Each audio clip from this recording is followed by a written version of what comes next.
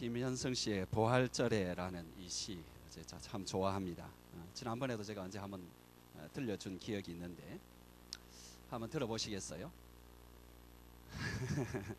예, 안 해도 제가 말을 할 건데 약간 여러분 잘 들리세요? 네, 저한테만 좀 안 들리는 모니터 약간 좀 조정해 주시고. 당신의 핏자국에선 꽃이 피어 사랑의 꽃이 피어 땅 끝에서 땅 끝까지 당신의 못자국은 우리를 더욱 당신에게 열매 맺게 만듭니다. 당신은 지금 무덤 밖 온 천하에 계십니다. 두루 계십니다. 당신은 당신의 손으로 로마를 정복하지 않았으나 당신의 그 손의 피로 로마를 물들게 하셨습니다. 당신은 지금 유태인의 옛 수의를 벗고 모든 사월의 관에서 나오십니다. 모든 나라가 이것을 지금 믿습니다. 증거로는 증거할 수 없는 곳에 모든 나라의 합창은 우렁차게 울러납니다. 해마다 3월과 4월 사이에 훈훈한 땅들은 밀알 하나에 썩어서 다시 사는 기적을 우리에게 보여줍니다. 이 파릇한 새 목숨의 순으로. 오늘 부활절입니다. 이 봄날의 환희처럼 부활의 하나님의 능력, 부활의 생명이 여러분의 마음에 정말로 가득하기를 주의 이름으로 소원합니다. 여러분, 우리에게 부활이 얼마나 소중한가 하는 것은 참 소중한데 우리가 많이 과소평가하고 있는 것 같아요. 너무 잘 모르는 것 같아요. 우리가 부활의 그 어떤 놀라운 것을 잃어버리면은 아마 기독교에 있는 그 좋은 것 가운데 한 70%는 잊어버리지 않을까요? 잃어버리지 않을까요? 우리가 십자가까지만 생각하고 부활을 생각하지 않는다면 어떤 의미로는 기독교의 그 복을 전부 잃어버리지는 않을까요? 여러분, 이 부활은 핵심입니다. 우리 믿는 자에게 핵심이 됩니다. 뭐의 핵심이 되느냐 하니까 우리가 받아들인 복음의 핵심이 되고 우리의 믿음의 핵심이 되고 심지어 우리의 운명의 핵심이 되고 우리에게 가장 소중한 죄사함의 사역의 핵심이 되고 우리 구원의 핵심이 되고 그리고 우리 삶의 현장에서 예수 부활이라는 이 사건은 핵심이 됩니다. 오늘 그것을 저와 여러분이 나누어 보면서 평소에 우리가 너무나 많이 놓쳐버렸던 이 부활에 관하여 이 부활이 주는 놀라운 삶에 대해서 우리가 함께 생각해 보길 바랍니다. 우리가 첫 번째로는 이 부활의 예수 부활의 이 사건은 우리가 받은 복음의 핵심 중의 핵심입니다. 간혹 교인이라고 하는 분이 좀 이상한 말을 할 때가 있습니다. 예수님에 대한 이야기가 참 다 좋습니다. 또 예수님이 해주신 그 교훈도 참 좋고 말씀도 좋고 비유도 좋고 예수님이 또 가난하고 연약한 그런 사람들을 위해서 해주신 그런 일들 너무 좋고 특별히 예수님께서 우리를 위하여 십자가를 지시고 죽어주셨다라는 그런 이야기 너무너무 좋습니다. 예수님의 가르침 다 좋고 예수님의 생애가 다 좋은데 예수님이 부활했다라는 죽은 자 가운데서 다시 살아났다는 이 이야기는 좀 뺐으면 좋겠습니다. 왜냐하니까 이것 때문에 예수님을 믿는데 좀 껄끄러움이 생긴다는 것입니다. 이게 걸려가지고 예수님을 좀 믿기가 어렵다는 것입니다. 생각보다 이런 사람이 참 많습니다. 굉장히 많습니다. 여러분, 심지어 여러분 신학을 한다라는 신학자들 가운데서도 또는 신학의 사조 가운데서도 이 부활을 자꾸만 역사적인 사실이요 진짜의 사건으로 이해하려 하지 아니하고 거기에 우리가 볼 때는 그럴듯한 그런 어떤 다양한 의미를 자꾸 붙여봄으로써 실제로는 역사적 사실로서의 부활을 은근히 이렇게 믿지 않으려 하고 폐마시키려 하고요. 또 적어도 어떻게 하느냐 하니까 사실로서의 부활 그것을 강조하지 아니하고 드러내지 아니하려는 그런 것이 참 많습니다. 그걸 위해서 이런저런 재주를 계속 부려봅니다. 그러나 여러분 성경을 그냥 한번 보세요. 너무 복잡하게 생각하지 말고 성경을 한번 읽어보세요. 성경을 읽어보면은 역시 성경 가운데에 복음이 핵심이고요, 그죠? 복음 가운데의 핵심은 부활입니다. 오늘 우리가 읽은 우리 성경 안 읽었나요? 네, 그럼 지금 읽으면 되죠, 뭐. 고린도전서 15장 잘 됐습니다. 고린도전서 15장 12절에서 19절까지 이 내용 자체가 여러분 고린도전서 15장은 부활장에 들어 있습니다. 이 부활장에 들어 있는데 그 가운데에 예수의 부활과 예수 믿는 사람의 부활에 대해서 쭉, 그래서 여러분 부활에 가장 자세하게 소개한 것이 이 본문입니다. 그 가운데 여러분 12절에서 19절까지 교독을 한번 해볼까요? 그리스도께서 죽은 자 가운데서 다시 살아나셨다 전파되었거늘 너희 중에서 어떤 사람들은 어찌하여 죽은 자 가운데서 부활이 없다 하느냐.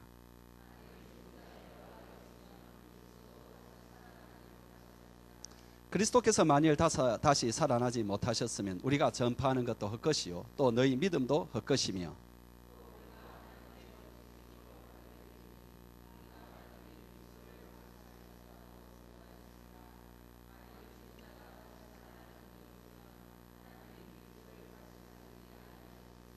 만일 죽은 자가 다시 살아나는 일이 없으면 그리스도도 다시 살아나신 일이 없었을 터이요.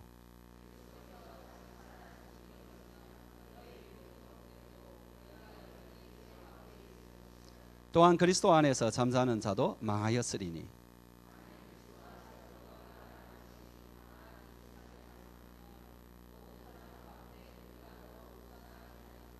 아멘. 서로 인사합시다. 하늘의 큰 복 받으세요. 여러분 이제 이 부분이 이제 고린도전서 15장의 부활절인데 그죠? 여러분 1절 한번 보실래요? 그런데 이 고린도전서 15장은 이런 이제 성경학자들에게 이런 평가를 받습니다. 어떤 평가를 받느냐 하니까 바울의 모든 전하려고 하는 사상의 총집합이 여기에 들어있다. 근데 바울이 사실은 전하려는 것은 복음입니다. 그래서 복음의 핵심이 여기에 들어있다. 여러분 1절 한번 보실래요? 같이 한번 읽어볼까요? 시작. 형제들아 내가 너희에게 전한 복음을 너희에게 알게 하노니 이는 너희가 받은 것이요 또 그 가운데 선 것이라. 그러니까 사도 바울이 지금까지 그들에게 복음을 전했다라는 거죠, 그죠? 그리고 지금 이 본문에서는 이제 내가 너희에게 전한 복음을 다시 한번 설명할게, 그런 내용이죠, 그죠? 너희에게 전한 복음을 내가 알게 하겠다. 그럼 그 복음의 내용이 뭐냐니까 2절은 이제 그것을 너희가 복음을 헛되이 믿지 아니하고 지키면 반드시 구원받는다 이래 나오고요. 3절 4절이 이렇게 복음의 내용입니다. 3절 4절 같이 읽어봅시다. 시작.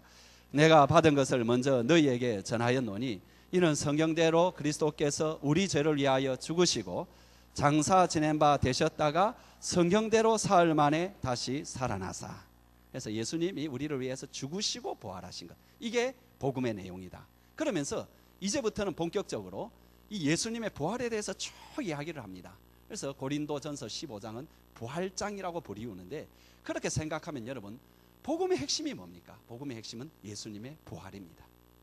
예수님이 부활하셨기 때문에 복음이라는 것이 가능해졌습니다.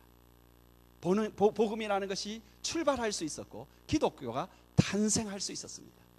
근데 제가 오늘 말씀을 전하기 전에 여러분에게 던지고 싶은 도전이랄까요? 질문은 여러분의 삶 속에 저에게도 사실 던지는 질문입니다.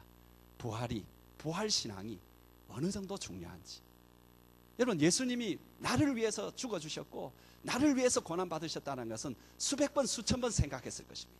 그런데 예수님이 부활하셨다는 것, 이것이 우리의 삶에 있어서 바울의 논리에 따르면 예수님의 죽으심보다도 더 중요한, 이 표현이 가능할까요? 거기에 못지않게 더 중요한, 아니 그 죽으심을 의미 있게 만들어주는 바로 이 부활에 대한 신앙, 그 부활의 신앙을 내가 곱씹어보고 곱씹어보았는지, 내 마음속에 예수께서 부활하셨다, 그렇기 때문에 내가 이렇게 살아야지, 이런 마음이 어느 정도 있었는지. 그것이 없다면 우리가 놀랍게도 성경이 이야기하고 있는 것에 너무나 많은 것을 놓쳐버리고 있는 것 아닌지, 이런 생각이 든다는 것입니다. 여러분 예수님의 부활, 이 예수님의 부활은 무엇보다도 가장 중요한 것은 역사적 사실이라는 것입니다.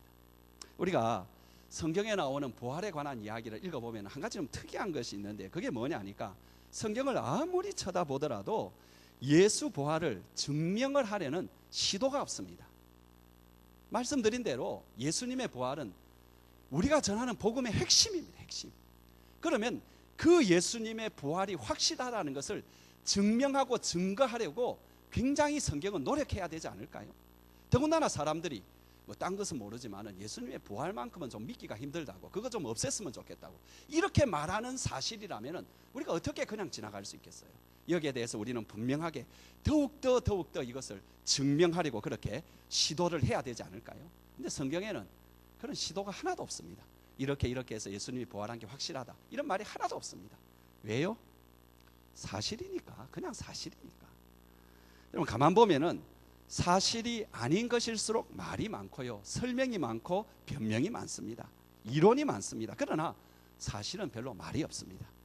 여러분 세상에는 사실이 아닌 것이 사실인 것처럼 버젓이 드러나는 것이 있고요, 어떤 것은 사실임에도 불구하고 사실이 아닌 것처럼 묻혀 지내는 것도 있습니다. 그러나 여러분 사실이 가지고 있는 가장 강력한 능력은 뭐냐 하니까 사실이라는 것입니다. 그래서 거기에는 참 조용합니다. 증명을 할 필요가 없고 설명을 할 필요가 없습니다. 왜요? 사실이니까. 사람이 믿거나 말거나 사실 별 상관하지 않습니다. 여러분 거기에 대해서 심지어 알거나 모르거나 별로 상관하지 않고요, 인정을 하거나 인정하지 않거나 여러분 이것에 별로 상관이 없습니다. 그냥 그대로 침묵하고 있습니다. 왜? 사실이니까. 사실은 이런 것입니다. 여러분 부활 이 사건을 놔놓고 성경은 그냥 사실이기 때문에 예수님이 부활하셨다라고 그냥 선포하고 그냥 싹 지나가는 것입니다. 어떤 무슨 논리적인 방법이라든지 철학적인 방법으로 접근해서 그걸 뭐 증명한다든지 뭐 그렇게 하지 않고요, 과학적인 방법을 가지고 증명하려고 하지 않습니다. 근데 사실 여러분 우리가 신학 공부를 하게 되면 신학 과목 가운데에 변증학과 험증학이라는 게 있습니다. 변증학이라는 건 뭐냐 하니까 우리 기독교를 일반 세상의 철학과 사상과 서로 연결시켜서 서로 설명을 하는 것입니다. 그래서 사람들이 기독교에 대해서 너무 오해하고 있고 그걸 마치 뭐랄까 미신처럼 생각하고 있는 것이 그게 아니다. 너희들은 죽음에 대해서 이렇게 설명하지 우리는 이렇게 설명하고, 너희들이 설명하는 것은 이런 이점이 있지만 우리가 설명한 이런 이점이 있다라고 서로 변증하고 대화하려는 노력을 하고요, 더 나아가서 기독교를 이렇게 변호하려는 그런 노력이 변증학이라고 합니다. 험증학은 뭐냐 하니까 이 성경에 나와 있는 여러 가지 기적이라든지 뭐 이런 것들에 대해서 과학적으로 볼 때는 이것을 다 무시해 버릴 거 아니에요, 그죠? 그러나 여러분 과학적으로 볼 때에도 주님의 천지 창조라든지 여러 가지 이런 것들이 얼마나 이것이 일어날 수 있고 실제로 일어나야만 되는 것인가를 사이언티픽하게 과학적으로 설명하려는 그런 노력의 학문입니다. 그것은 여러분 그렇지만 그런 학문들은 후대에 생긴 것입니다. 최근에 생긴 것입니다. 성경은 그렇게 안 합니다. 물론 성경에도 변증이 좀 있습니다. 사도 바울이 자기의 문제에 대해서는 변증을 합니다. 그러나 하나님 당신에 대해서는 변증을 하지 않습니다. 그냥 선포만 합니다. 부활 사건도 그렇습니다. 이건 사실이다. 주님이 부활하셨다. 그런데 성경은 거기에서 무엇을 하나만 딱 갖다 대느냐 하니까 증인들을 딱 갖다 대는 거예요. 증인이 있다. 이건 딱 갖다 대는 거예요. 오늘 이 본문에도 여러분 보시면은 예수님을 이렇게 부활하신 예수님을 만나본 증인들을 소개하고 있는데, 베드로를 비롯한 사도들, 그리고 야고보를 비롯한 예수님의 친형제들과 그 관계된 사람들, 그리고 500여 형제들, 그리고 이 글을 쓰고 있는 바울도 부활하신 예수님을 만나보았습니다. 그런데 여기에 6절 한번 보세요. 굉장히 중요한 게 뭐냐 하니까 그들 가운데에 대다수의 사람들이 지금도 살아있다라는 거예요. 여러분 사람이 현대 사람들이 이 성경에 대해서 이야기를 하게 되면 아이고 뭐 그 성경에 뭐 무슨 말을 못 썼겠나, 성경 보면서 다 하나님 믿고 예수 믿으라 말이겠지, 그럼 별의별 소리 다 기록해놨겠지, 말도 안 되는 그런 뭐 어떤 기적이나 이렇게 다 기록해놓고 뭐 그랬겠지, 사람들은 그렇게 생각합니다. 그런데 여러분 이 성경을 기록할 당시에 예수님이 살아계실 때에 함께 살았던 사람들이 태반이나 살아있을 때입니다. 여러분 그런 가운데 어떻게 터무니없는 이야기를 써놓을 수 있겠어요? 더군다나 이 글을 쓰므로 그런 걸 증명을 함으로 그들이 돈을 얻고 사람들을 끌고 모아가지고 세력을 규합해가지고 뭔가 이렇게 떵떵거리며 산다면 또 그런 모험도 해볼 수 있을지 모르지만은 사실은 이런 예수님의 부활이라든지 예수님에 대해서 이야기를 쓰면 쓸수록 그들은 더 핍박을 받았습니다. 고난을 받았습니다. 어려운 삶을 살았습니다. 그럼에도 불구하고 그들이 기록을 했다라는 것은 이것은 역사적 사실이기 때문에 기록한 것이고, 태반이나 살아있는 사람들이 아무 말도 못했다라는 것은 여러분 그것은 역사적 사실이기 때문에 그렇다는 거죠. 여러분 그러고 보면은 성경은 늘 보도하는 태도가 엄연한 사실을 그냥 보도를 하고 난 뒤에 그 다음에 거기에 필요한 말을 좀 덧붙이죠. 오늘 뭐 좀 약간 머리 아픈 이야기 하나 하겠습니다. 여러분 우리 철학적 방법에 보면은 귀납적 방법과 연역적 방법이라고 있습니다. 말은 들어봤을 겁니다. 귀납적 방법이란 건 뭐냐 하니까 쉬운 말입니다. 이게 뭐냐 하니까 이건 이렇지 저건 저렇지 요건 또 이렇지 요건 요렇지 라고 하면서 눈에 보이는 세세한 것들을 요건 이렇고 요건 이렇고 이건 이렇고 이건 이렇고 그러므로 예수님이 부활했잖아. 이게 여러분 귀납적 방법입니다. 연역적 방법은 그렇지 않습니다. 예수님이 부활했어. 그러므로 베드로가 이렇게 살았어. 바울이 이렇게 살았어. 너도 이렇게 살아야 돼. 이게 연역적 방법입니다.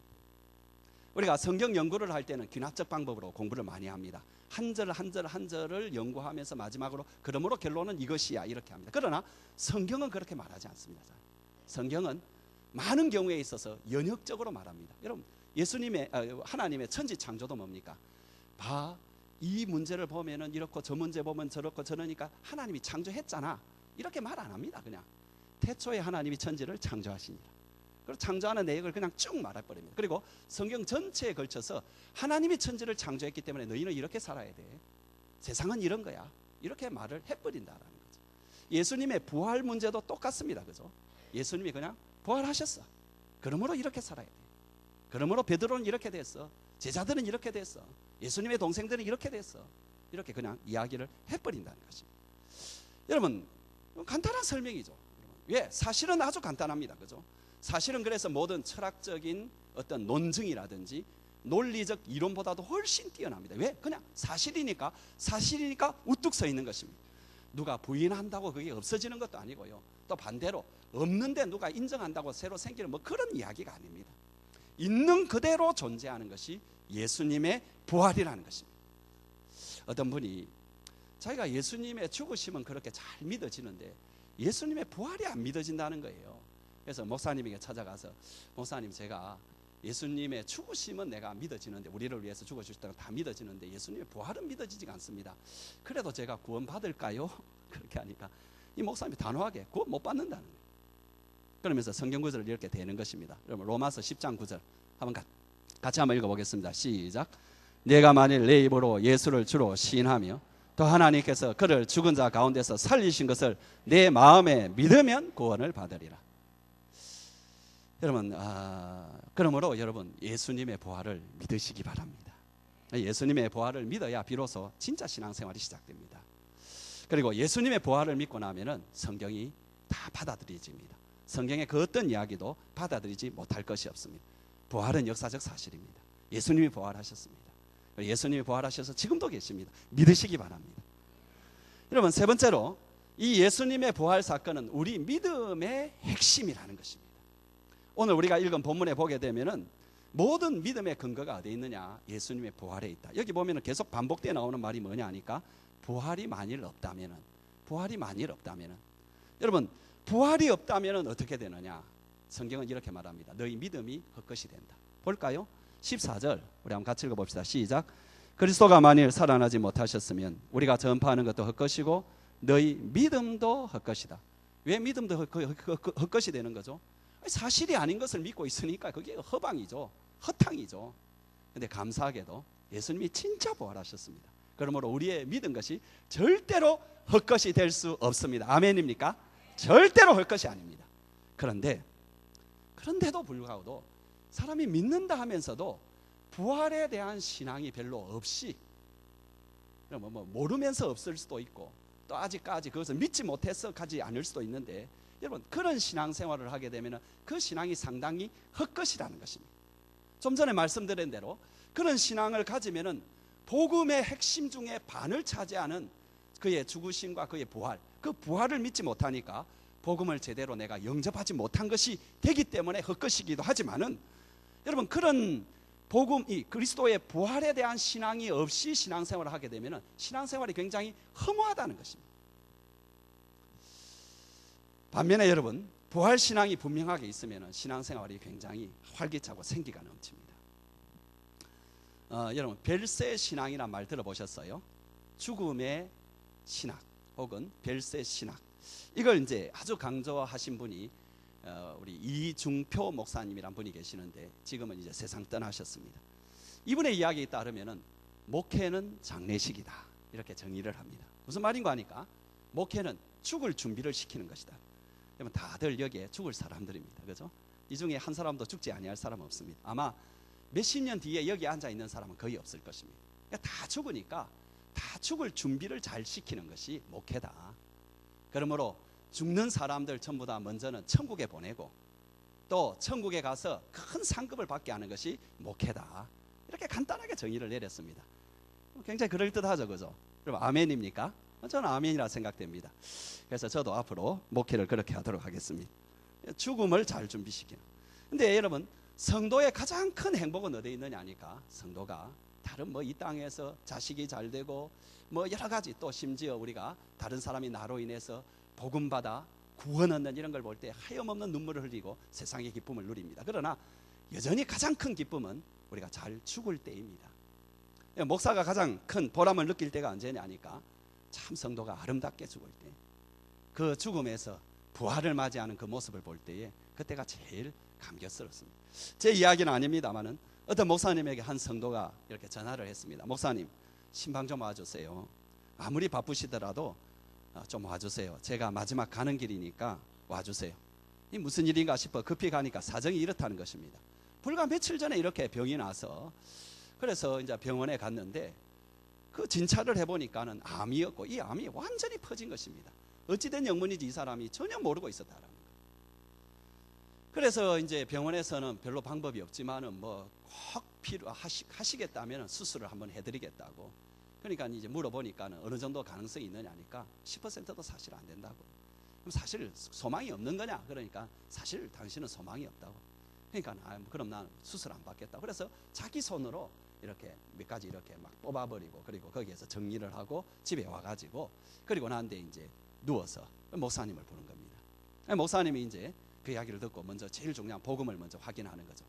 당신 예수 그리스도 믿느냐? 그렇게 다 확인하고 그리스도를 믿게 분명하게 확신하게 만들고 또 주님을 온전하게 의지하게 그렇게 만들고 또 이런저런 이야기를 하고 자기가 평소에 좀 더 교회 생활 특별히 주님을 위해서 사는 것 좀 더 열심히 하지 못한 것 너무너무 후회스럽다 하면서 자기 아내도 불러가지고 당신이라도 남아있는 동안에 열심히 그렇게 살고 또 이렇게 헌신도 하고 헌금도 열심히 하고 그렇게 하라고 이제 말을 하고 그리고 이제 헤어질 때가 되어서 이제 목사님 가시라는 인사를 하는데 뭐라고 하느냐 하니까 목사님 그 아침에 천국에서 만나겠습니다.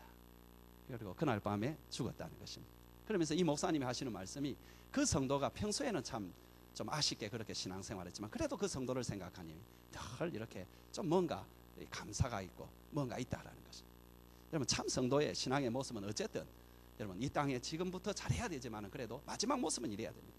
반면에 여러분 평소에는 신앙이 그렇게 있어 보이는 것처럼 보이다가 마지막 순간에 그 죽음 앞에서 어쩔 줄 모르고 겁에 질려 있는 모습을 보여준다면은 그 사람이 아무리 교양 있게 생활하고 아무리 신앙을 상당히 높은 차원에서 신앙생활 한다 하더라도 그게 뭡니까? 뭐라고 이해해야 돼요? 전 잘 모르겠어요. 어떻게 이해해야 될지. 여러분 이 문제가 아직 해결되지 아니한 분은 예수 영접의 밤에 나오시기 바랍니다. 예수 영접의 밤에 나오시기 바랍니다. 여러분 거기에 나오는 걸 뭐 이렇게 뭐 쪽팔린다 뭐 이렇게 생각하지 마시고요. 정말 나오시기 바랍니다. 나오셔서 자기의 구원을 정말 확인하고 그리고 생명의 삶을 다시 수강하시기 바랍니다. 이것보다 더 중요한 것은 없습니다. 그런데 바로 이런 믿음에 있어서 가장 중요한 것은 예수 부활이라. 예수 부활을 통해서 우리도 부활에 참여하는 이것이 믿음의 핵심 중의 핵심이라. 네 번째로 여러분 부활 사건은 뭐냐니까 우리 운명의 핵심이 됩니다. 사람들은 이렇게 생각을 할 때 보통 어떻게 생각하느냐니까 죽으면 그만이지 뭐. 내가 죽으면 그만이지 뭐. 여러분 이런 생각 참 많이 하고 살아갑니다. 죽으면 그만입니까? 죽으면 인생의 끝입니까? 여러분 만일 죽으면 그만이지 죽으면 인생이 끝이라면은 여러분 우리가 영원한 세계를 믿고 살아가는 사람들이 참 바보입니다. 불쌍한 사람들입니다. 죽으면 그만인데 오늘 본문 말씀 한번 볼까요? 여러분 17절에서 19절인데 너무 기니까 앞에 제가 좀 줄여놨습니다. 앞을 보시면서 우리 한번 같이 읽어보겠습니다. 시작. 그리스도께서 다시 살아나신 일이 없으면은 그리스도 안에서 잠자는 자도 망하였으리라. 모든 사람들 가운데에 우리가 더 불쌍한 사람이. 근데 감사하게도 예수님이 부활하셨어요. 그죠? 그래서 여러분 예수님이 부활하셨다라는 것은 죽음이 끝이 아니라는 것을 증명한다라는 것입니다. 죄송합니다. 여러분 우리 모두도 죽음으로 끝나는 것이 아니고 부활한다라는 것을 의미합니다. 그래서 여러분 죽음은 또 하나의 생으로 이사하는 것이 죽음의 순간입니다. 최영기 목사님의 지난주 우리 설교에 따르면 제2생에서 영생이 있는 제3생으로 넘어가는 것이 죽음이라는 것입니다. 여러분, 그런데 어떻게 생각하면 그 순간이, 그렇게 영원한 세계 속으로 들어가는 순간이 죽음이라는 순간을 통해서 오지만은 죽음이라는 자체가 그걸 가져오는 건 아닙니다. 뭐가 가져오느냐 하니까 예수의 부활이 가져옵니다. 예수의 부활 속에 들어간 생명들이, 그 예수의 영생의 부활, 부활의 생명에 참여한 사람들만이 진정으로 영생의 세계로 들어간다는 것입니다. 그냥 죽음 그 자체는 아닙니다. 그냥 죽음만 오면 그 사람은 영원한 죽음 속으로 들어갑니다. 여러분, 죽음은 그만이다, 그게 아닙니다. 죽음 뒤에는 영원한 생명이 펼쳐지고요, 그 중에 가장 중요한 것은 부활 생명 속에 들어가야 됩니다. 아프리카를 비롯해서 아직까지 중앙 집권적인 국가를 형성하지 못한 지역에 있어서 추장의 이 권력이랄까요, 그 존재는 절대적이죠. 선교사들이 어느 부족에 들어가서 그 사람들 개인적으로 전도하면 이게 별로 효과가 없고, 그 추장을 전도하느냐 전도하지 않느냐에 따라서 이 전체 종족이 기독교로 개종하느냐 개종하지 않느냐가 보통 결정이 난대요. 그래서 초기에 여러분, 이 부족에 들어가서는 추장에게 제일 먼저 신경을 쓰는 어떤 선교사님이 추장에게 열심히 이렇게 가까이 가서 복음을 전하고 하는데, 마침 이 추장이 복음에 대해서 관심을 나타내는 것입니다. 그래서 이제 이 사람하고 같이 기독교를 하나씩 우리 공부해보자 해서 쭉 가르치는데, 그날도 이렇게 가르치는데, 그날은 가르치는 내용이 예수님의 부활에 대해서 가르치는 날이었습니다. 그래서 지난번에 제가 말씀드린 대로 예수님께서 우리 죄를 위하여 그렇게 죽어주셨습니다. 그런데 그 예수님께서 죽으시고 끝나는 것이 아니라 사흘 만에 부활하셨습니다. 그리고 그 부활은 이제 우리에게 있어서도 부활의 첫 열매가 되어서 예수를 믿고 예수 안에 있는 사람들은 다시 살아나게 됩니다. 뿐만 아니라 모든 사람들이 살아나는데, 예수를 믿는 그런 사람들은 생명의 부활로 일어나고, 그리고 어떤 사람들은 사망의 부활로 일어납니다. 이 말을 하니까는 이 사람이 얼굴이 색 노래지면서, 선교사님, 정말 죽었던 사람이 다시 살아납니까? 그렇다고, 분명히 이렇게 살아난다. 아니, 정말이냐고 하니까 정말 그렇다고. 왜 그러냐 그렇게 하니까 안 된다고. 왜냐 하니까 자기가 추장이 되기 위해서 몇몇 사람들을 이렇게 암살을 하고 죽였는데, 그 사람들이 다시 살아나면 어떻게 되겠느냐고. 여기에서 제가 좀 생각할 것이 있습니다. 우리는 자주 나 죽으면 그만 이렇게 하는데, 사실 이거 말도 안 되는 소리입니다. 죽으면 그만, 천만의 말씀입니다. 죽으면 그만이 아닙니다. 또 여러분, 반대로 생각해서, 공격적으로 생각해서 나 괴롭히는 사람 없어지면 그만, 여러분, 없어지면 그만, 그들이 제거되면 그만인 줄 압니까? 그렇지 않습니다. 모든 사람은 영원히 존재하고 영원히 삽니다. 그런데 예수의 부활에 동참한 사람들, 그것을 믿고 그 예수의 생명을 나의 주님 나의 하나님으로 받아들인 사람에게 있어서는 영원한 운명으로 가는 것입니다. 그러나 그렇지 못한 사람은 영원한 멸망의 그 자리에 남아있게 된다는 것입니다. 더 나아가서 여러분, 다섯 번째로 예수 부활의 사건은 우리 사죄의 핵심이라는 것입니다. 17절 말씀 한번 같이 읽어보겠습니다. 시작. 그리스도께서 다시 살아나신 일이 없으면은 너희의 믿음도 헛되고 너희가 여전히 죄 가운데 있을 것이요. 여기에 보니까 예수님의 부활과 우리의 죄사함의 문제가 관련이 있다라고 말을 하는 거죠. 그래서 예수님이 부활하여 없으면 우리가 여전히 죄사함을 받지 못한 상태에 있을 것이다. 여러분, 예수님은 우리를 위해서 죽으셨잖아요. 우리의 죄를 속하시려 죽으셨고요. 그런데 그냥 그분이 죽어버리는 것으로 끝이 난다면 어떻게 되겠는가? 17절의 말씀에 따르면 우리가 여전히 죄 가운데 있을 것이라고. 다시 말하면 죄사함을 못 받았을 것이라고 이야기합니다. 왜요? 하나님께서 예수님의 죽으심을 받으셨습니다. 그리고 그 십자가의 죽음의 보혈과 속죄 제사를 받으셨습니다. 그리고 그것으로 사람들을 위하여 속죄로서 충분히 만족을 하셨습니다. 그래서 예수님을 부활시켰습니다. 그래서 예수님의 부활은 예수님의 속죄에 대한 하나님의 인증샷인 것입니다. 인증입니다. 인증. 그러므로 여러분, 우리의 죄 사함이 어디서 완성이 되느냐 하니까 하나님께서 그 모든 것을 받으셨다. 받으셨기 때문에 만족하고 우리를 죄 용서하셨다라는 이 부활의 사건에서 완성이 된다라는 것입니다. 만일 예수님이 부활되지 못했다면 어떻게 될까요? 본문에 따르면 여전히 죄 가운데 있다라는 거죠. 그러면 하나님께서 그 제사를 받으시지 아니하고 인정하지 않는 것이 되기 때문이고, 반면에 여러분 부활하심으로 말미암아 우리에 대한 예수님의 모든 구속의 행위가 주님께 인정이 되고 확증이 되고, 더군다나 그래서 우리가 하나님에 의해서 죄사함을 분명히 받은 것이 확실해진다는 것입니다. 그래서 여러분 죄사함의 사건은, 이 구속의 사건, 이것은 예수님의 부활을 통해서 완성이 되었습니다. 구원과 새 생명, 부활의 생명으로 거듭난 것들, 영생, 천국 다 예수의 부활 사건을 통해서 우리에게 완성이 된 것입니다.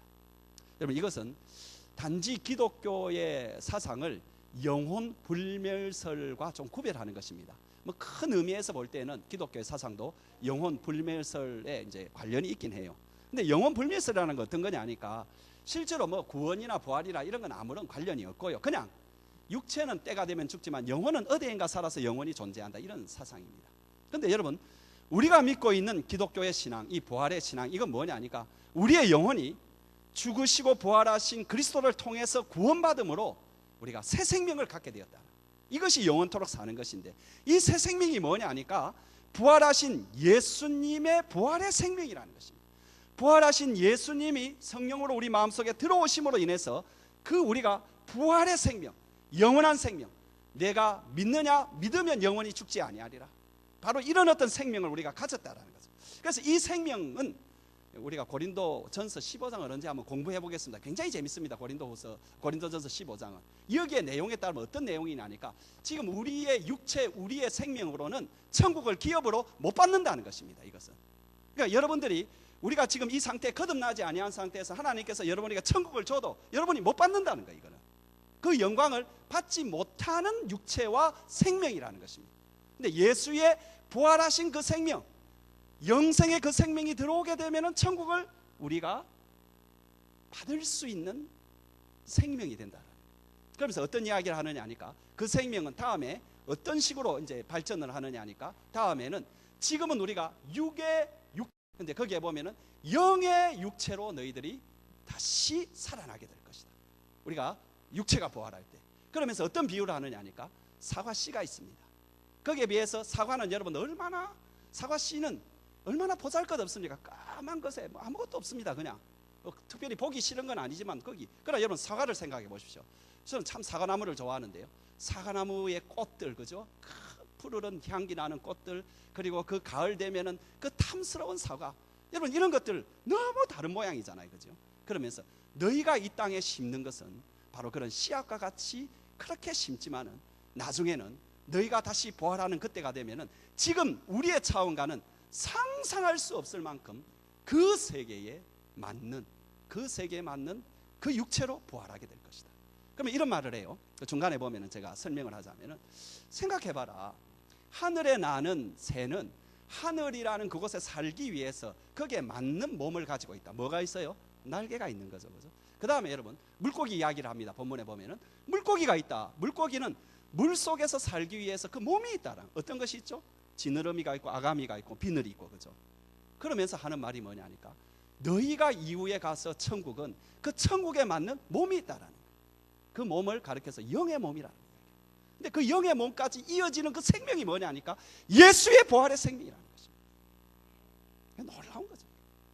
그걸 가지고 있는 사람하고 그걸 가지고 있지 않는 사람은 시체와 산 사람과 그보다 더 차이 나는 것입니다. 여러분 1973년에 그 아프리카 우간다라는 나라의 지독한 독재자 이디 아민이라는, 그죠? 아민이라는 그 대통령이 있었는데, 그죠? 여러분 이 아민이라는 대통령 때문에 참 우간다의 사람들이 많이 죽었습니다. 그 비밀 경찰 내지 암살단을 해가지고 무조건 자기를 반대하는 그런 사람들이 있으면 다 죽여버렸습니다. 아주 지독한 독재자입니다.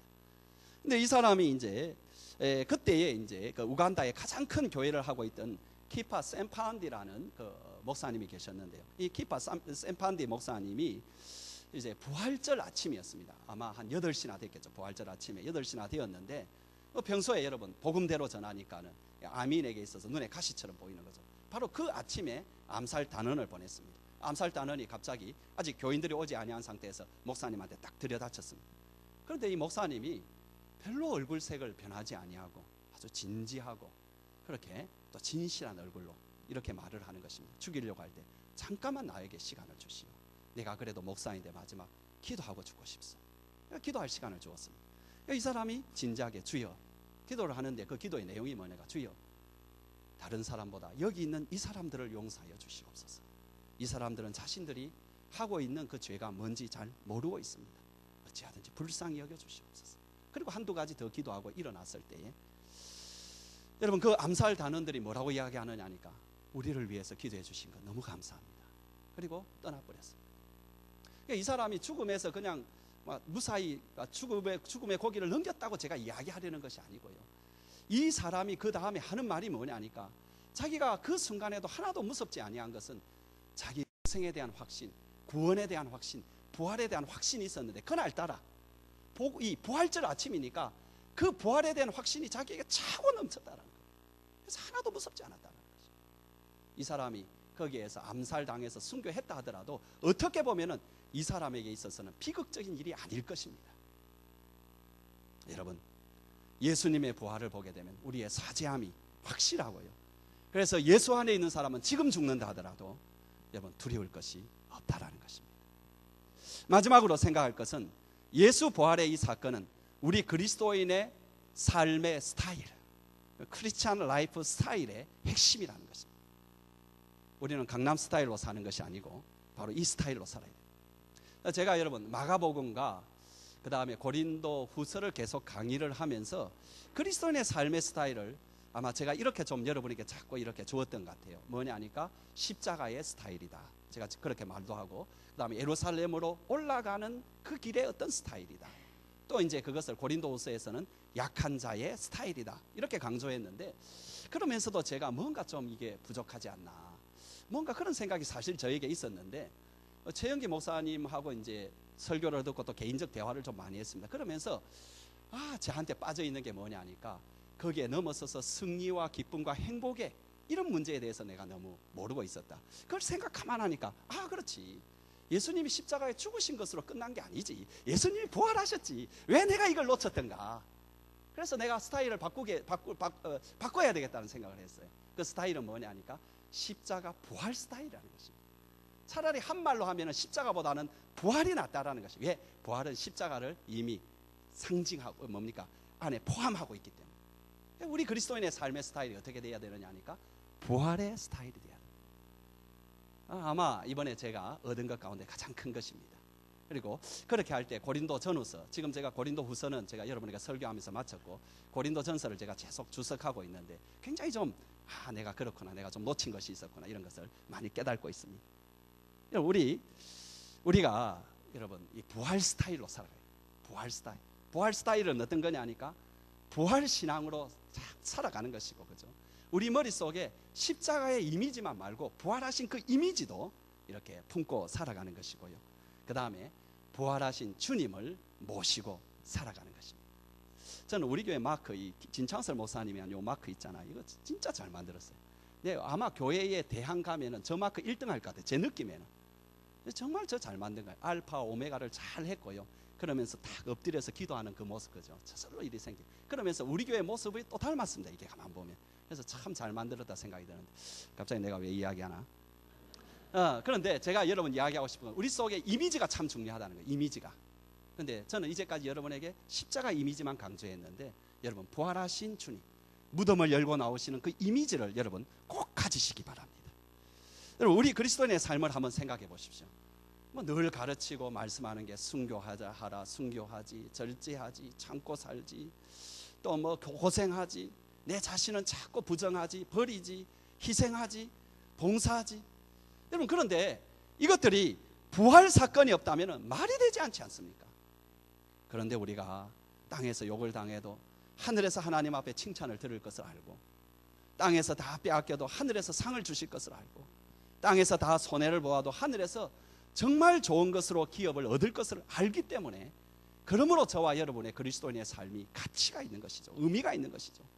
만일 그렇지 않다면 정말 우리 그리스도인으로 사는 것이 가장 불쌍하죠. 여러분 19절에도 그 말이 나와 있지 않습니까? 만일 그리스도 안에서 우리가 바라는 것이 다만 이 세상의 삶뿐이라면 모든 사람들 가운데 우리가 더욱 불쌍한 자다.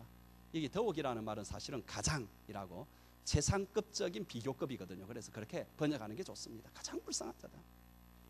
그런데 여러분, 예수 부활은 이렇게 우리로 하여금 천국에서의 상급을 확증해 주기 때문에 우리로 하여금 이 땅에서 십자가의 삶을 이렇게 견뎌내게 하고 가게 하는 그것만 있는 것이 아니고요. 더 중요한 것은 현재적 삶에서도 예수의 부활이라는 이것은 역사하는 어떤 능력과 관계가 있다는 것입니다. 우리의 지금의 삶, 다만 이 땅에 견디고 천국에서 받는 그게 아니라 지금 우리의 삶에 있어서도 예수의 부활이라는 능력이 역사하고 있다는 거예요. 이게 굉장히 중요한 것입니다. 여러분, 이것을 가장 잘 말하는 게 뭐냐니까 예수의 부활을 뭐라고 성경은 자꾸 해석하느냐 하니까 하나님의 능력이라고 자꾸 해석합니다. 하나님의 능력이 뭐냐? 예수의 부활이다, 이렇게 말한다는 거죠. 굉장히 재미있는 표현이고요, 중요한 표현입니다. 하나님의 능력이 뭐냐? 예수의 부활이다.